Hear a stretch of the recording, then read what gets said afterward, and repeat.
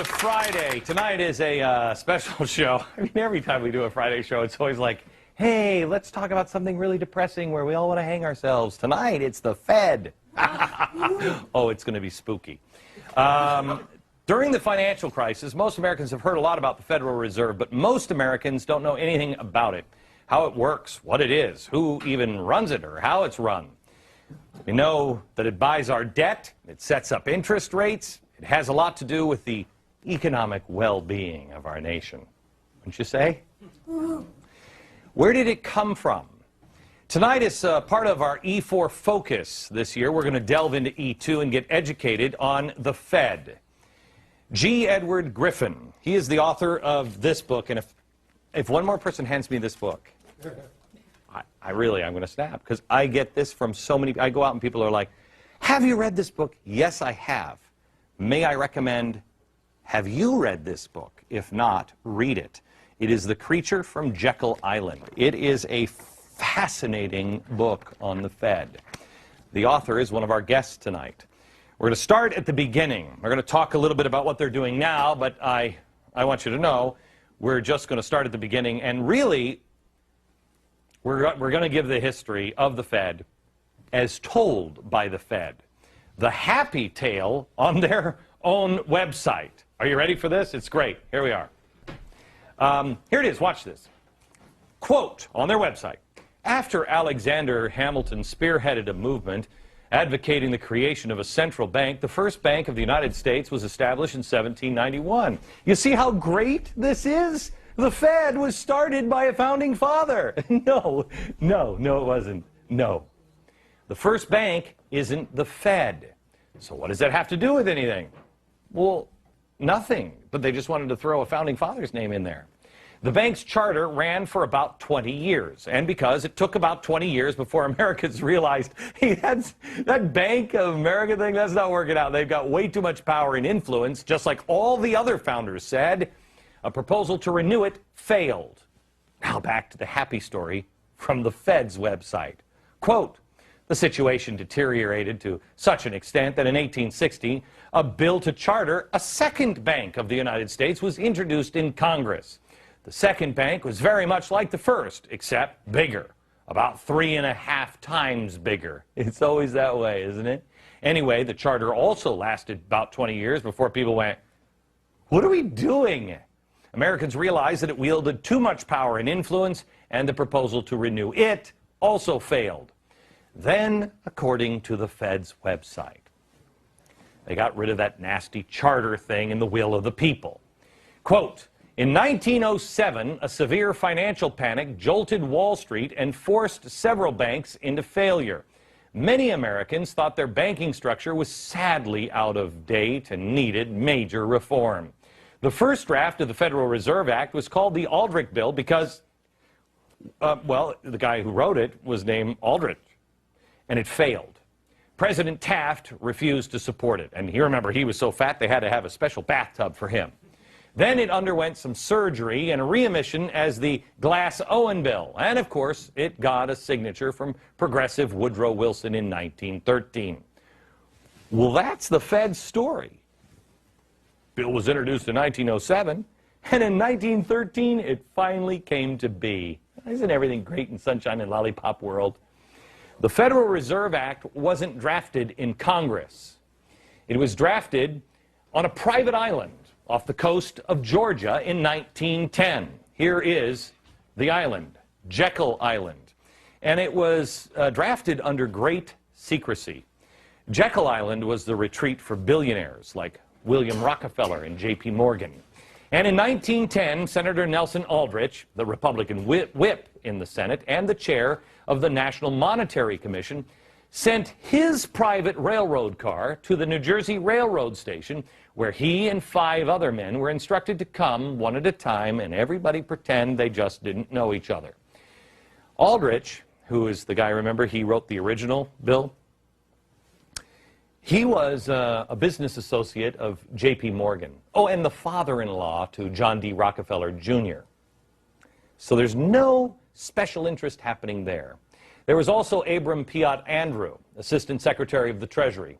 and Frank Vanderlip, representing William Rockefeller, Henry Davidson and Benjamin Strong with J.P. Morgan, and Paul Warburg. He was a partner at Kuhn, Loeb and Company. He was representing the Rothschild banking family. Oh, he's going to talk about the Rothschilds now. He actually is an interesting character.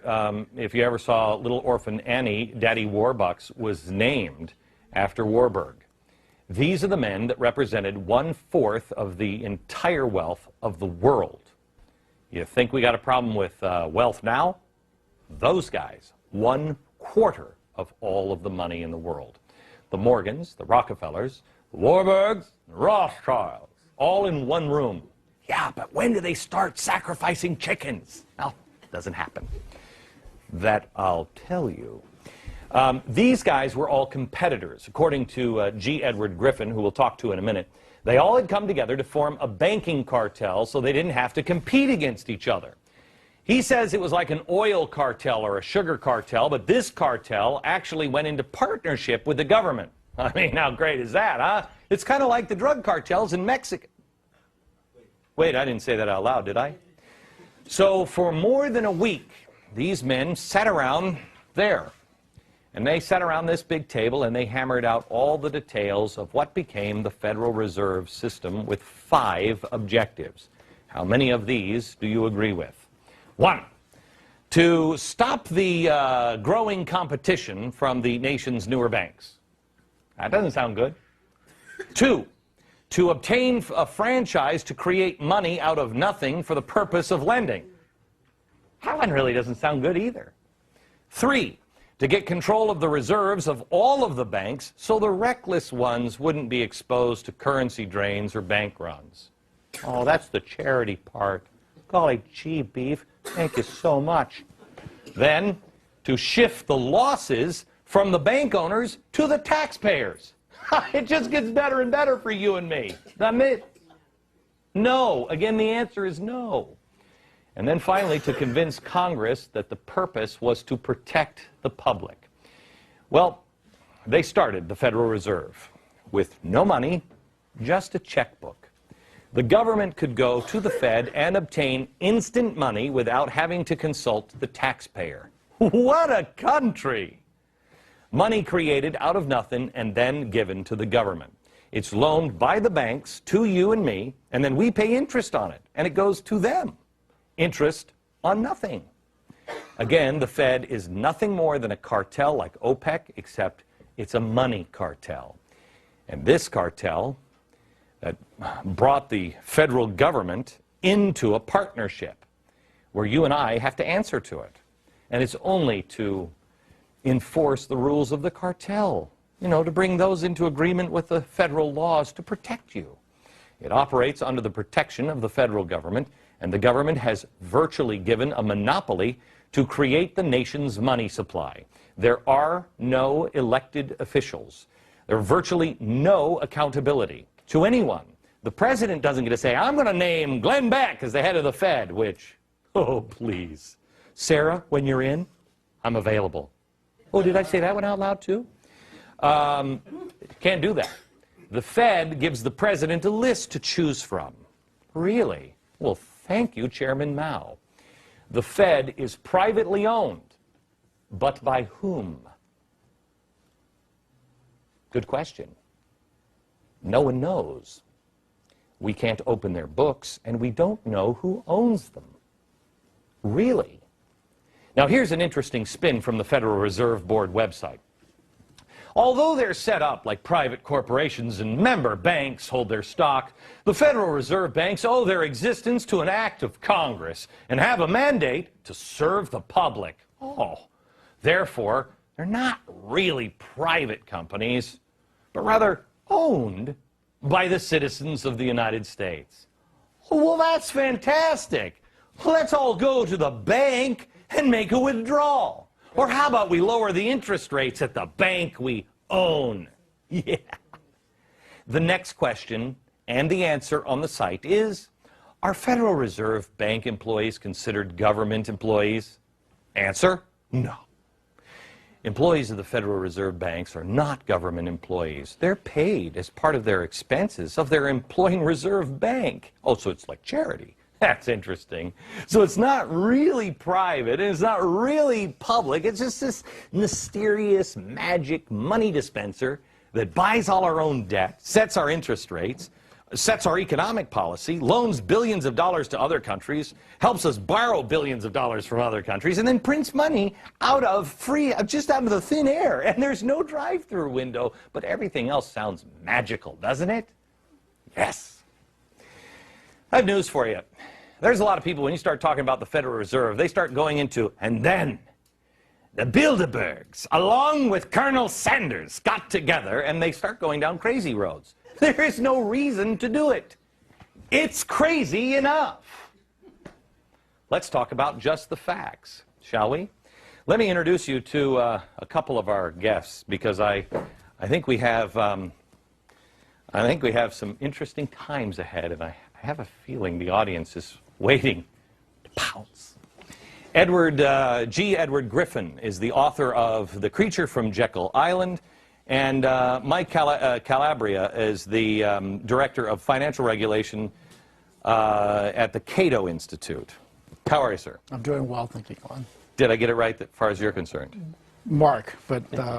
oh, did I say? What did I say? I think you said Michael. But oh, I'm sorry. My brother will be talking. Good. So, Mark, did I get it right? Yes, you did. Okay. Let me go to... Now, I want to make sure I get G. G, do I call you G or do I call you Edward? Or G-Ed? Edward will work just fine. Okay. How about G-Money? Edward, did I get the story right, and what did I miss? You got the story very, very right. A lot of very interesting details. Of course, we don't have time for it in a program like this, but the essence of it, you got exactly right. Okay. What did I miss that is important? In fact, let me go here. Let me go here. I'm going to show you this timeline, and this timeline shows all of the crashes, not the panics, but the crashes in the United States. A crash in '35, one in 1880. Then it kind of picks up. 1880, 1896, 1900, 1903, 1907, then nothing till 1929, then 37, 38, 46, 62, 87. There seems to be this clump of crashes here. Is there anything nefarious about those crashes, or is this just bad policy and everything else?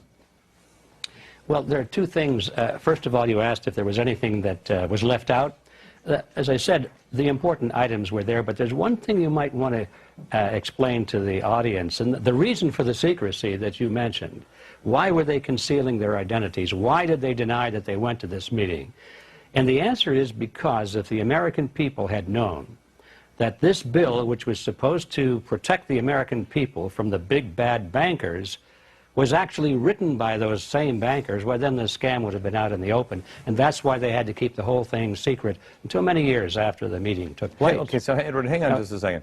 We just did a story this week where the unions and all of these people are saying the big bag banks are getting all of our money. And I thought to myself, well, wait a minute, the unions are the ones that racked up all this debt. Then the government takes the money from the taxpayers and then has given it to the banks. The banks are the ones that are, through the central banks, causing all this problem. Mark, can you help me on this? I mean, it's... Well, very much so. I mean, what we've seen is the central bank pushing all this money into the system. The Federal Reserve very much played a key role in creating the housing bubble to begin with. I mean, you might remember after the dot-com bubble burst, right, after 9/11, we cut rates, the Fed cut rates, Greenspan took them to historic lows, the mortgage market, the housing market took off, and eventually that bubble was going to burst, and it burst in 2006 when the Fed started raising rates. So they played a very big role in this, and they're trying to create bubbles today. If you look at what the quantitative easing is doing, you look at the interest rates we're seeing now. Would you agree with me? It's the last one. It's the last bubble. I think I dubbed this, maybe in 2005, I think I said, housing bubble, and then we're going to have the last one, the money bubble. Yes. It is the last one, too. Well, let's hope it's the last one. I suspect that after this bubble burst, the Fed's going to look for a way to try to create another bubble to try to make us forget about the last bubble. And that's really the way they were doing it. And there was a very conscious attitude in 2003, 2004 to say, okay, we're coming off this recession to cross with a dot-com bubble. What do we do to make people feel wealthier? What do we do to get people to go out and spend? And what they decided to do was, let's gin up the housing market. Everybody will feel like they have a lot of money. Right. It'll a lot of people to work. And so what are they trying to do now? Let's gin up the stock market. So and it really is creating one bubble to try to offset the effect of the last bubble. So, Edward, let me go back to you. We see the way they're working the bubbles now, but let me go back into the past. We see this clump of crashes here. And I know, correct me if I'm wrong, I think it's like a panic in the 1890s, either 1892 or 1896, where I believe it was J.P. Morgan that loaned money to the United States. He came in and personally bailed out and said, I'll lend you money. Then another one happened in like 03, and he said, you know, I can't do this anymore. You guys are on your own, but I'll get my friends together and bail you guys out one more time, and they did. And that's what kind of led to this, correct? Well, that's exactly the historic origin of it, but I think underlying this, we have to recognize the principle of the Ponzi scheme. The system really is a Ponzi scheme as we're living through it right now. It works as long as the money supply continues to expand and expand and expand, like any Ponzi scheme. You pay off the first investors so that they're very happy. They bring in the new investors. As long as it expands, it works. But when it finally stops, the whole thing comes to an end. That's why they have to keep expanding the money supply.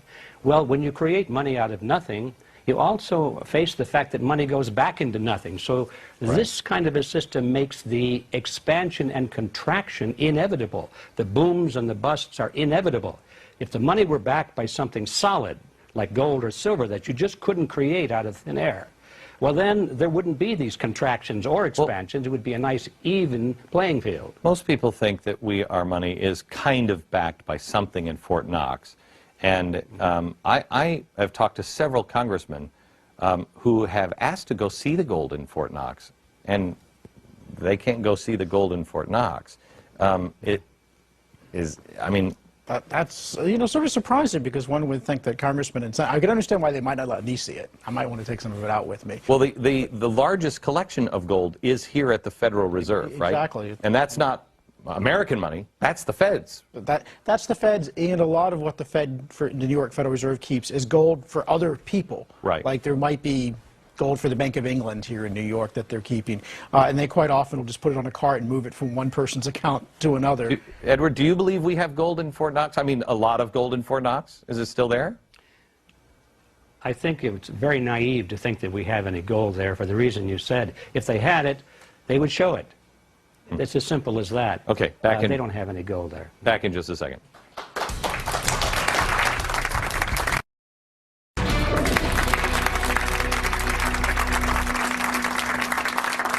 All right, I want to go, I want to introduce you to our guest, G. Edward Griffin. He is the author of The Creature from Jekyll Island, which is a book you must read. And then Mark Calabria, he is the Director of Financial Regulation Studies at the Cato Institute. Let me go to Edward here for this question. Whenever you go and talk about the Fed, it immediately goes into crazy town talk. It immediately goes to, and then the Rothschilds took a bottle of wine and kept little orphan children in there while they were sacrificing virgins in volcanoes. And you hear this crazy stuff when the truth is scary enough. Where does this come from? Or why do people feel compelled to go down into crazy town when just sticking to these facts alone should petrify people? Or do you believe it is? I don't know the answer to that. Well, I don't know the answer to that. I do know that what you say is true, although I find it less and less true. I think in the beginning, when I first began to research this, the reliable information on the Fed was pretty hard to find. So all you really had was this kind of garbage to choose from. A lot of speculation, a lot of theory, a lot of fantasy. But now there's quite a bit of hardcore information out there, and I see that less and less of that is in the way. Do you think, happy to report that. Do you think, because remember, you're talking to the chief conspiracy theorist on planet Earth, I believe I've been dubbed now. Do you believe that this actually kind of works to their advantage? You can just dismiss people. Oh, that's crazy. When you say, I want to look at the books of the Fed, I want to know who owns them. Explain to me who is the owner of the Fed? Who is issuing all of this debt? Who's making all of these decisions or money? And show me your books. They immediately can say, oh, really? Yeah, you don't know who owns this, right? Woohoo. You're like, well, no, that one's a fact. Don't you think it works to their advantage? Either of you have thought of that? I think it very much does. What they're trying to give you the perception is, I mean, it's monetary policy. I mean, we need to have a bunch of PhDs around the table because this is just too complicated for you to understand. Don't worry yourself. Trust us. You know, we'll get it right. We are, you know, we've got the public interest at heart. How frightened were you when you heard Greenspan in an interview say, there's stuff, these CDOs and everything else that I don't even understand? And I'm like, what? Well, that's one of the reasons for the secrecy. They are, I think, scared to death that we will figure out that they don't know what they're doing. And the whole show will be up. We will figure out that they don't know how to run an economy, they don't know how to run monetary policy. Well, I don't think all the secret. No, it's not. They haven't figured out that. They still think they've got us snowed. Edward, when you look at the Fed, any idea who's getting rich? Do they walk away at the end with piles of money? If we all lose, are they still, they're fine? Who's walking away with this? I don't see it that way. I think these people already have about as much money as they could possibly spend. They started off with so much wealth that another mansion, another jet, another yacht doesn't make that much difference. I think what these people are doing, Glenn, is they're taking the leverage of this power, this financial power, and they're converting that into political power.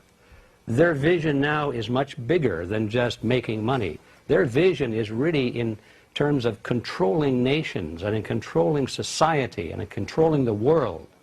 We've all heard that famous phrase, the New World Order. They use this phrase over and over again. It's their phrase, and they're really serious about it. They're taking the money and they're buying up political leaders, they're buying up media outlets, they're buying up large organizations, influencing labor unions and so forth. Show me how give me an example of where they're buying up media organizations or labor unions. Well, all right, here's how it works. You know, the human being is a herd animal.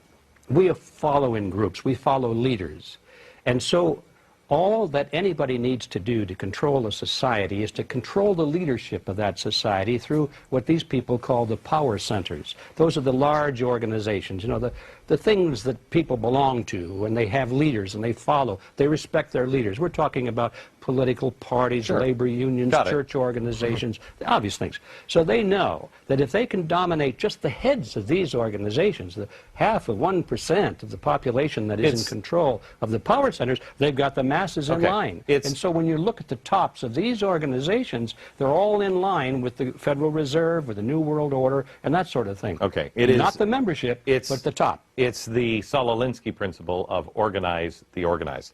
Let me come back. Audience questions, and then I want to ask you, Mark, about Ronald Reagan. The story is that Ronald Reagan was kind of taking on the Fed and rattling the cages, and the Fed taught him a lesson, and he kind of went back into line. We'll get into that in a second.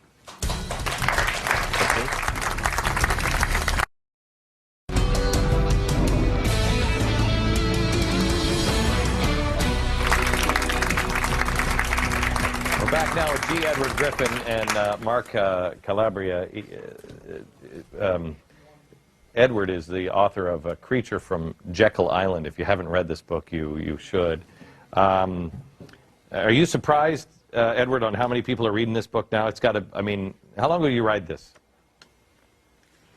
How long ago? Well, it was published in 1994 was the first year. Yeah. And I'm totally surprised because it's a big, thick book, as you know. I thought it would be good for a doorstop. But amazingly, people really have taken an interest in it. Yeah, it's got to be flying off the shelves because, I mean this sincerely. I probably have 100 copies of this myself because people come up to me all the time and say, you got to read this book. And I'm like, no, I haven't. And they're like, no, you got to read this book. I'm like, no, I haven't. And so I just take it, it's an amazing read that, you know, most people have never taken this journey down. I want to go to Ronald Reagan here for a second with you, Mark, and ask you, because I've always heard that Ronald Reagan you know, after the 1970s and Jimmy Carter, which was kind of a mild version of what I think we're in now. Wow, that's scary, isn't it? He came in and he wanted to change some things, and the Fed, the story is that the Fed taught him a lesson. True? There was a lot of pushback on the regulatory side, and that's the reason, if you remember, that Reagan reappointed Volcker one time, but he did not reappoint him the second time, and because at that point they were not getting along all that well, and there were pretty big differences in policy, and this is despite Reagan was very supportive of Volcker's efforts to bring inflation down. Most of the disagreements were really on the regulatory side. Reagan, in his Treasury Department, wanted to redo banking regulation in a way that Volcker did not agree with, as well as you may or may not know that the regional presidents have to be approved by the Federal Reserve here in Washington. And so there were a number of people that Reagan wanted to get appointed to regional Federal Reserve banks, and these were hard money people. These were people who were inflation fighters, and Volcker vetoed them. So he kept pushing Reagan's people out of the Federal Reserve system. Okay. Edward, if people had to know one story of the Federal Reserve that would turn their hair the color of mine, what would it be? That would be what I call the Mandrake mechanism. That's the process by which money is created out of nothing and put into the economy and withdrawn from the economy. If that doesn't cause your hair to turn white, I don't know what it is. When they said when they said on Capitol Hill, when Bernanke said, "We will not monetize our debt," I got on the air that night and said, he's already lying, but he will monetize. That's all they know how to do. Pardon me? That's all they know how to do. Right, and they monetize the debt, but they're still claiming, I don't know if they are now, but they were a few months back, that they are still claiming? They're still saying we're not going to monetize. Yeah, but they are. But they get away with saying we're not printing money, we're just digitizing it. Yeah, I mean, well, you might remember there was that big interview with Bernanke, and he said there right out, well, you know, we're not creating new money. I mean, you know, they physically weren't printing money, but of course, if I took something, a bank account, and just here we are on the computer and put my money in your account, you'd feel like you have more money. So they were creating money electronically. So he very narrowly said, well, we're not printing more money. I mean, it was absolutely disingenuous. I mean, of course they were creating more money if they were creating more money. Do you believe that we are headed for I think real tough time? I think we were headed for a real tough time, and I think we could potentially, you mentioned, you know, a bad version of Carter. We have the potential to be back in the 70s sort of situation. Remember, the word stagflation went away for a while, but we might be looking at a situation again where you're having high inflation and high unemployment. How many people here would be like the manna from heaven if we only hit the 1970s? Would be like, oh wow, it's only as bad as Jimmy Carter years. That's fantastic. Edward, your opinion on can we get rid of the Fed? Is it possible? It's technically possible because the Federal Reserve was created by an act of Congress and it can be abolished by an act of Congress. But what must happen before Congress has the backbone to do that? It has to be a complete change in Washington because by and large the people that are in office today are very much beholden to this creature, but they're not going to do it. So we have a political agenda here. If you have people who, like you say, can control through monetary policy, you'll never get those people. You'll never make that change because they would control too much of the money. I mean, they could make the pain enormous. Am I wrong on that? No, you're quite right. In fact, we have the precedent for that during the fight between President Jackson and the Second Bank of the United States. The head of the central bank, which was that version of the Federal Reserve today, his name was Nicholas Biddle, and he fought back exactly that way. When Jackson tried to generate support for getting rid of the second bank, he said, I will pull the country down. He said, the nation will fall, the people will fall, but the bank will not fall. That was his exact quote. And he practically succeeded in doing that. So you can be sure, in a contest of this kind, where we're challenging the Federal Reserve power, there's no question in my mind that they will pull out all the stops and try and ruin the economy and then blame it on the fact that we were challenging the Federal Reserve. Let me ask this one question from you, Mark, and then we have to take a break, and that is, how much of, how connected are the central banks? How connected? I mean, how much, when I saw them say, you know what, we're going to devalue everybody's money here for a while to help Japan out, I thought, wait, hold it. Don't you really, shouldn't you talk to maybe, I don't know, the people of the world? And they're just moving together as one, central bank to central bank. There really is a bankers club that's been there since the beginning. For instance, I mean, even among mainstream economists, it's generally recognized that the Federal Reserve of New York's efforts to support the British pound and support the Bank of England in the 1920s helped cause the stock market bubble here. And you see that it's been continued ever since. I mean, we lent tons of money during the crisis to other central banks. And this is the problem, is that they talk to each other. You know, so their constituency is protecting each other and making each other look good, not essentially listen to what the American public wants. So I do think there's a real problem that they're not looking out for our interests as much as they're looking out for the interests of each other. Back in just a second.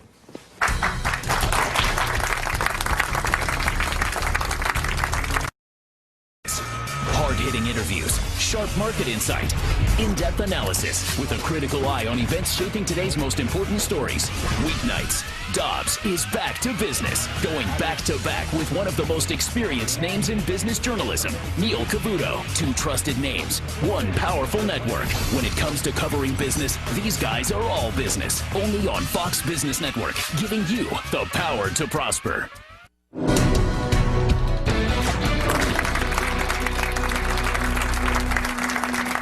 We're talking about the Federal Reserve System, and we're back with G. Edward Griffin and Mark Calabria. And we want to go to the audience here who has sat patiently, and I want to start with Nicole and your question about the Fed. Okay. In the Weimar Republic, they flooded the economy with currency to like jumpstart it. How much money would have to be flooded into our economy, either in like dollars or percent of the GDP, to have that same situation as they had in the Weimar Republic? The inflation rates you saw in Germany in the 20s were, you know, off the charts. I mean, literally people were getting paid twice a day so that you could go to the grocery store before prices doubled. And, you know, literally you'd be there at a cup of coffee, and by the time you got your next cup of coffee, it was more expensive than the last cup of coffee. So we were talking, you know, interest rates, inflation, double digits over the course of a day. Well, you have Zimbabwe. Yeah, in Zimbabwe. You have Hungary. So it's certainly very feasible, but we are a long ways away from that. You know, I think worst case scenario for the United States is we're going to start to see inflation in the high single digits. Now, I think that that's important because even at a 2% rate of inflation, which the Federal Reserve tells us is price stability, at a 2% rate of inflation over 30 years, half of the value of any asset is wiped out. So, you know, this slowly erodes over time. Now, obviously, when you get to something like 10 or 20% inflation, you're just running to stay ahead and protect the wealth you have. Edward, do you have any point of context here on the printing of money? They're now talking seriously about printing money as a way out of this unsustainable debt. Well, that's always been their theory. They're just talking about it more openly now. And that's, as I said a moment ago, that's their only trick. And so we can anticipate that's the trick they're going to play. But in terms of inflation, I am not quite as optimistic about the inflation rate, or as impressed by this 2% or 3% figure. I believe that the government is not telling us the truth about the true inflation rate. I think they're fixing the formula. You think? You know? I don't think I'm alone in this, obviously. But what is the true rate? I believe, from what I can see, that it's pushing up to about 20% right now. Maybe not be that high, but that certainly is the rate at which gold is expanding, and historically that's always been a very accurate measure over a long period of time of true inflation. Well, how far can that go? I don't know. Well, here's the thing. Everybody, all the experts will tell me, because they've digitized the money, yes, that and most of the money is sitting in banks, that you know, these people who are trying to collapse our economy, they say the banks have the money, we want that money. What the experts will tell you is, well, no, we're not going to cause inflation because the banks have that money, and so it's not in the system. It only is a problem when it's pushed out into the system. Well, the problem is not just inflation, but if you want to pull all that money back, you have to pull it back by higher interest rates. Yes. So how high do the interest rates have to be? Let's not talk about inflation. Let's talk about I'm going in to get a loan. How high do the interest rates have to be to pull and suck all of that money back in to the Federal Reserve?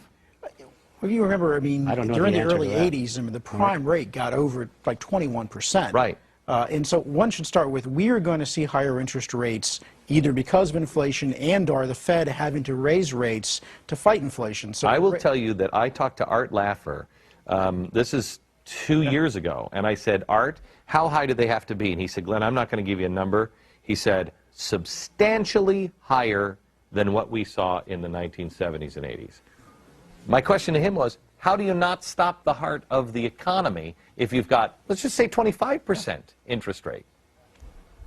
But nobody has an answer on that one.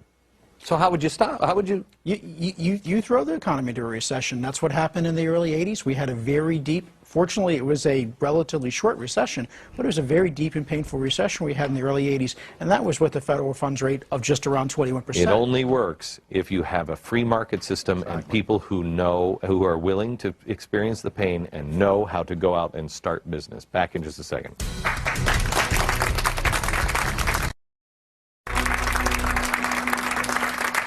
We were just having an interesting conversation here with Morgan. How old are you, Morgan? I'm 23. You're 23. You just asked the question in the break. I don't have anything. Right. What do I do, right? What do you do when it all comes crashing down if you don't have anything because you're just starting out? I mean, I think you do need to be concerned. I mean, fortunately, for good or bad, you're not in as bad shape as people who are savers. I mean, the people who are really getting hit the worst by this are people who've been saving all their lives, who are near retirement. You hopefully have enough time to plan against this. You need to put yourself, I mean, the first, most immediate thing you can do is build your own human capital, because labor will always be worth something and brains will always be worth something. And hopefully they can't inflate that away. But any physical wealth is going to be something that you got to find a way to protect yourself and hedge it. And you can look at a variety of commodities, whether it's silver or gold, or whether it's even the food stuff, or even it's land, because all of those things tend to hold their value in inflation. And then buckle up. Yes. And then buckle up. Who was it? Was it Alex or Steve? Yeah, Steve. That there really is gold that backs the ETFs. That's it. That's the electronic transfer, right? Of gold. That's the gold. That's paper gold. Yes. The operative word, I guess, here is backs. You know, when the Federal Reserve started out in 1913, you had to have 40 cents of gold for every dollar that they issued. We're not even at 1 cent for every dollar that's issued. So in no way could you go and get gold for your dollar bills. Now, I think an important part, we talked earlier about what would make people change their mind about the Fed. I think a lot of people have forgotten that up until 1971, when Nixon took us off the international gold standard, there was an anchor that kept the dollar somewhat stable. And you really didn't see a burst of inflation in history until after that happened. So if we did nothing but went back on a gold, some sort of standard, internationally, you get a really big constraint on the Fed because of that. Let's go back there, because Ed had a question here about the gold standard, right? I understand there is a bill in the North Carolina House, H.R. 301, to create a state-based currency backed by gold and silver. And Utah just passed a bill, and the governor signed it, saying we'll accept gold now or U.S. dollars. I don't know how they're going to get away with it, but I want to go there, and can you even get back to a gold standard without massive pain? Next. The states that want a gold standard, like Utah. Good idea, bad idea? I think it's absolutely a great ideal. I mean, you can't trust and you can't wait on the federal government to fix this. The answer is going to come from somewhere. It'll come from the states. And let me give you this answer. I think it's even smaller than that. The answer is going to come from you. Somebody in the audience said, well, geez, if we don't have anything, what are we going to do? Look at our pioneers. Look at the Pilgrims on the Mayflower. They had nothing. They not only survived, they thrived because they had each other and they had God. Look to somebody who actually has some answers for the answer, not the Federal Reserve. From New York, good night, America.